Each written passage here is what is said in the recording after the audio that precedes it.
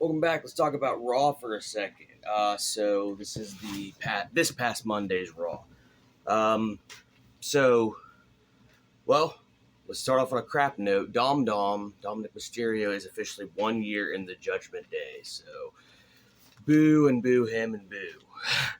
But there was a lot of good things that happened this week. It's pretty cool, pretty good week, pretty good match. Jey Uso returned under the Raw brand now, and thanks to Cody Rhodes, got a good word for him. He has a pretty cool intro song, and him and Sami Zayn are buds again, so we'll see where that goes. KO's still out on an injury, and I don't know, maybe have like a trio there go on. That'd be pretty cool. I was looking forward to the Drew McIntyre Claymoring Ivar because they fought the Viking Raiders, but Eric saved him. So I'm not a big fan of the Viking Raiders. I mean, obviously they have talent and stuff, but I think the whole thing is ridiculous.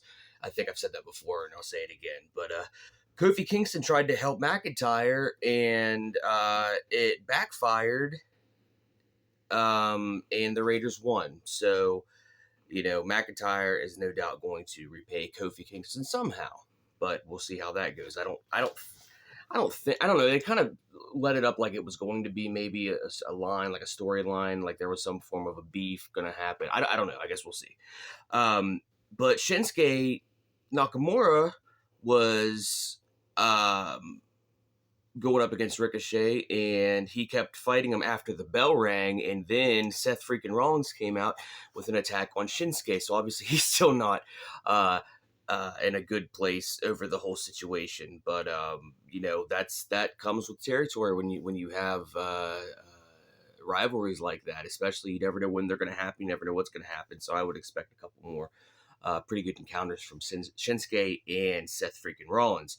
Becky Lynch beat Trish, and Zoe Stark tried to help, but they got into a fight. Trish and Zoe did. So is this alliance over? I don't know.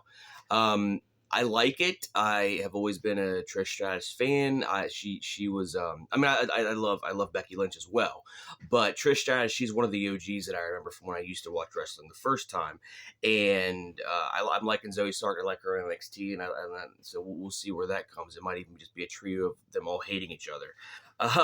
But speaking of Zoe Stark, she was beaten by Shayna Baszler by submission. And of course, she is the submission magician, Shayna Baszler, and she is honestly one of the best in the business. She really knows her stuff. She does brilliant jiu-jitsu, and she's got the whole thing going, So it's really cool to see her. I love her whenever she comes out because she's really one of the ones. She's one of the top people to watch whenever you're having that. Another little more on girl fights coming up. Raquel Rodriguez beat Chelsea Green, and that's cool. I like Raquel Rodriguez, but I would actually like them to see Chelsea Green take kind of a serious approach to wrestling because I was watching the fight and she's very talented. So I would really like her to kind of, not just be it's Chelsea crap. I would like her to come out and really be kind of a Shayna Baszler style. See how that goes, because I think that would be a cool, kind of a new character for her, she obviously would still be Chelsea Green. She can still do the Barbie crap, but I would like her to wrestle as if she's, not Barbie. She's, I don't know, what's her face from Furiosa from Fury Road, be cool. Absolutely hands down the silliest and most ridiculous part of the night.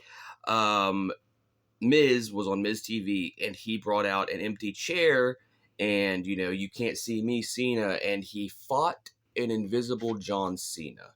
He had an interview with him, and then he was like, he just threw the chair and they started fighting.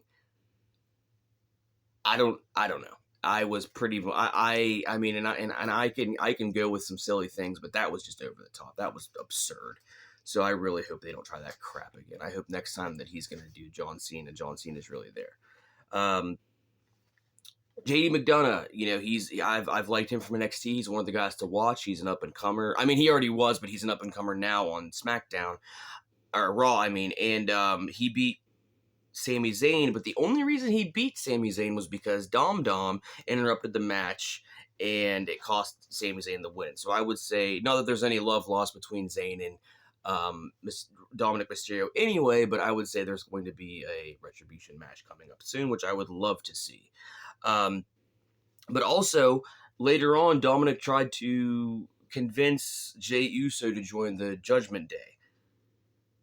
I don't see it. I don't like it. I mean, if Dominic Mysterio gets booted out of the Judgment Day, I could see that, but I just don't think that's really Jey Uso's style. I could be wrong, but we'll see if that becomes anything at all. But now for the main event, the match of the evening, it was the Ring General Gunther versus Chad Gable. And I was really looking forward to this match because they're both very talented. Gunther was one of the first people I paid attention to after coming back to watch WWE, and so I was really looking forward to this. And Chad Gable is a legitimate, Olympian. He's been in the Olympics. He's done wrestling. I mean, he knows his stuff. He's a beast. He lost, however, but he definitely should have won. He had Gunther a couple times for sure, and it was upsetting. But the worst part of it was his Chad Gable's family was there, and his daughter started crying, and it was heartbreaking because it just was. You go to see your dad do these great things and win, and then he doesn't win. It's sad. But officially, because of this, Gunther is now the longest reigning Intercontinental Champion that the WWE has ever had. Overall, it's a pretty good week, so I'm looking forward to seeing how it goes next week, and we'll see that next Monday. But I will be back with another video. Definitely, I'm coming out with the SmackDown review after this, but I will be back with another general video coming up soon. But until then, take it easy.